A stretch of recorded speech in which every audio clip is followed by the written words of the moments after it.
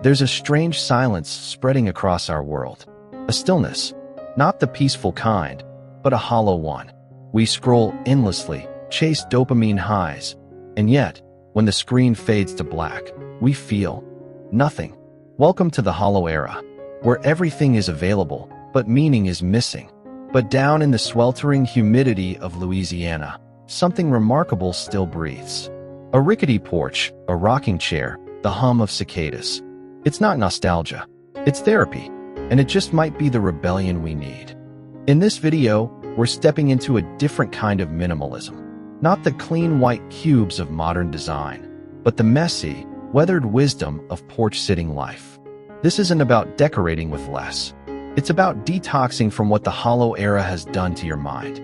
Over the next few minutes, you'll discover 5 radical mindset shifts born from heat, slowness, and silence, each one soaked in the thick air of Louisiana summer. This isn't a guide to minimalism. It's a rescue mission. Let's begin. Long before self-help books and guided meditation apps, there was stillness.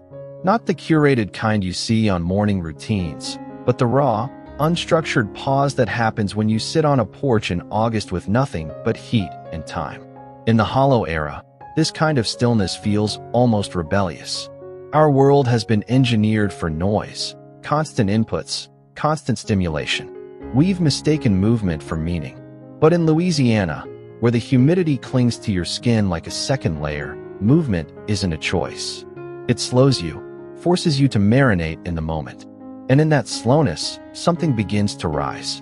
When you sit long enough in the heat, with no task and no distraction, your mind begins to peel back its own layers. You notice how loud your inner monologue has become. You realize how foreign rest actually feels. Porch sitting becomes less of a pastime and more of a mental excavation. The sweat, the silence, the cicadas, they strip you bare until all that's left is your presence. This is the first mindset shift. Stillness is not emptiness. It is preparation, a fertile pause where clarity takes root. In the Hollow Era, where even rest has been commodified, rediscovering unstructured stillness is an act of defiance. Not all therapy comes in sessions or journals. Sometimes, it comes from letting yourself sit, sweat, and simply be. The body acclimates before the mind. The first few minutes are an itch, an urge to check something, to do something. But if you let that pass, you begin to recalibrate. The humidity itself becomes a teacher. It forces a surrender. You can't fight the heat. You have to yield to it. And in yielding, you learn the language of presence again, not as performance, but as refuge. In many ways, the porch is the antidote to our digital hollowness. It asks nothing of you but your presence. No performance, no audience, no algorithm to game. Just you, the air, and the echo of your own thoughts learning how to breathe again. There is a reason elders would sit out there for hours, saying little, doing less. It wasn't laziness. It was alignment. We have mistaken productivity for purpose. But the porch reminds us that time is not meant to be filled. It's meant to be felt. Every bead of sweat, every groan of wood beneath your seat, every rustle of a tree branch has its own tempo. This is where the real minimalism begins. Not in decluttering your closet, but in decluttering your tempo. So, if you're feeling burnout by the speed of the Hollow Era, don't reach for a hack. Reach for the heat. Sit through it. Let the porch strip away the urgency. You're not wasting time. You're witnessing it. That's the stillness threshold. And it changes everything. There was a time when wisdom didn't come from podcasts or productivity gurus, but from quiet evenings under a porch light. That amber glow, flickering just enough to draw the bugs and blur the edges of the world, wasn't just a backdrop. It was a beacon for thought, for reflection, for the kind of philosophy that didn't require degrees or debates, only time and attention. In the Hollow Era, we are drowning in information but starved of interpretation. Porchlight Philosophy reminds us that real wisdom often arrives not through noise, but through noticing. In southern towns, people didn't just sit on porches to cool down. They sat to speak slowly, think deeply, and listen fully. Conversations stretched like the summer dusk, unhurried, open-ended, often silent in the best places. Here, philosophy wasn't a subject, it was a rhythm. A passing comment about the weather turned into a lesson on patience. An old memory turned into a reminder of resilience. You didn't go out looking for meaning. Meaning found you when you stopped filling the silence with distractions. This is the second mindset shift, learning to think slowly again. To let thoughts mature like a homegrown tomato on the vine. In the Hollow Era, where quick takes and shallow scrolls have replaced contemplation, slow thinking is practically extinct. We want instant clarity, instant opinions, instant answers. But Porchlight wisdom teaches that slowness is not a defect. It's a filter. It separates signal from noise. What remains after a long pause is often the only thing worth saying. That amber light has seen generations wrestle with the big questions of life, not in lecture halls, but in lawn chairs. The kind of thinking it encourages is intimate, patient, and most of all, honest. You can't lie to yourself under that light. The world quiets down just enough for your inner voice to be heard. And that voice, long buried beneath online personas and curated productivity, begins to remember who it is. This isn't just about mindfulness. It's about mental digestion, letting your ideas ferment instead of flash boiling them for the next opinion cycle. When you speak after such thinking, your words weigh more. They carry the humidity of thought, dense, shaped, and soaked in stillness. So pull up a chair, turn on the porch light. Don't bring your phone. Don't bring your agenda. Just let the night teach you how to think again. In a world engineered for reaction, Porchlight Philosophy dares you to reflect. Slowly, fully, truthfully. There's a peculiar honesty in the southern heat. It doesn't flatter, doesn't hide, doesn't give you an escape. Humidity in Louisiana isn't just a climate, it's a mirror. A soft, invisible pressure that reveals what you've been avoiding. In the Hollow Era, where polished surfaces and filtered lives are the norm, that mirror is rare. We spend our days under the artificial coolness of convenience, air-conditioned opinions, sanitized routines, optimized performances. But sit in the thick, heavy air of a southern afternoon, and suddenly, there's no buffer, no mask, just you and whatever you've been running from. That's the third mindset shift, discomfort as revelation. Because the truth is, clarity rarely comes wrapped in comfort. It comes dripping with sweat, wrapped in stillness, when your body has surrendered and your mind has nowhere left to go but inward. The Hollow Era teaches us to anesthetize, to scroll through discomfort. But on a porch, soaked in heat, there's nothing to numb you. The only option is to face it. And that confrontation, though gentle in tempo, is fierce in consequence. The humidity slows everything down, including your defenses. It peels back your layers with every breath. You start to notice how tightly you're wound, how rarely you just sit without checking, fixing, solving. You see how fragile your attention has become, and how deeply you've been craving this kind of enforced slowness. It's uncomfortable, yes, but so is every kind of truth we grow from. Somewhere in the early 2000s, the culture shifted. Discomfort was no longer something to learn from. It was something to escape. But not here, not on this porch, not in this heat. Here, discomfort is the lesson. The humidity becomes your therapist, pressing gently but persistently against your skin and soul. It asks, without words, what are you carrying that doesn't belong to you anymore? This isn't about toughness. It's about transparency, about realizing how many of our thoughts, worries, and identities are reactions to noise. The heat removes the noise. It leaves behind only what's real. Your disappointments, your hopes, your hidden joys. And in that raw exposure, you begin to sort through them. Not frantically, but rhythmically. Like rocking in a chair. Like breathing. The Hollow Era distracts us with artificial discomfort, deadlines, alerts, scrolling arguments. But the porch offers a different kind. A pure, elemental discomfort. One that doesn't break you, but reveals you. You won't find this in wellness trends or minimalist aesthetics.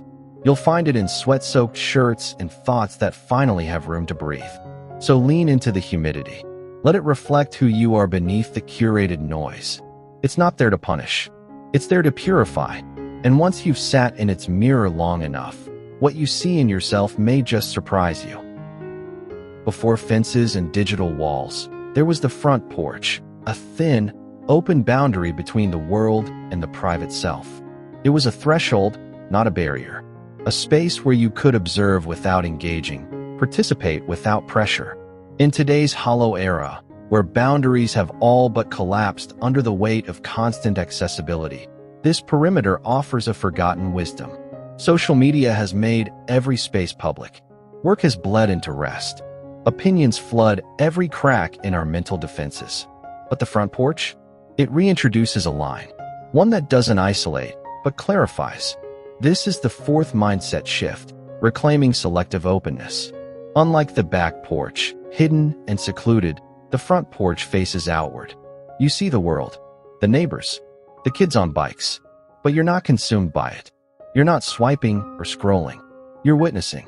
And that small distinction shifts everything. You remain rooted in yourself, but receptive. Connected, but not invaded. It's the art of healthy detachment in physical form. Think about it. The porch is where greetings happen, but not necessarily conversations. It's where presence is acknowledged, but not demanded. There is no pressure to entertain or perform. You simply are, within view, yet intact. This kind of subtle social boundary is nearly extinct in a culture where visibility is mistaken for value. The Hollow Era tells us to be always on, always sharing, always responding. But the porch offers a model of passive availability, a way to exist with others without being consumed by them. And it's not just about people. It's about attention. When you're on the porch, the street becomes a theater of small wonders. A dog chasing a butterfly, a leaf twisting in the air, the mailman whistling. These are not grand moments, but they recalibrate your sense of enough. You start to see beauty in background noise. And that, too, is a form of resistance against the Hollow Era's demand for constant novelty. This mindset shift is vital because our boundaries have eroded into burnout. We've confused openness with obligation, connection with consumption. But porch life teaches that you can engage without overextending, that you can care without collapsing. The world will pass by, as it always has. But from the porch, you get to choose your involvement. And in that choice lies freedom. So sit on the edge, not to guard your space, but to honor it. Let the porch become your perimeter, soft, sturdy, and sovereign. It doesn't close the world out. It simply reminds you where you end and the rest begins. In an age obsessed with forward motion, the simple back and forth of a rocking chair feels almost absurd.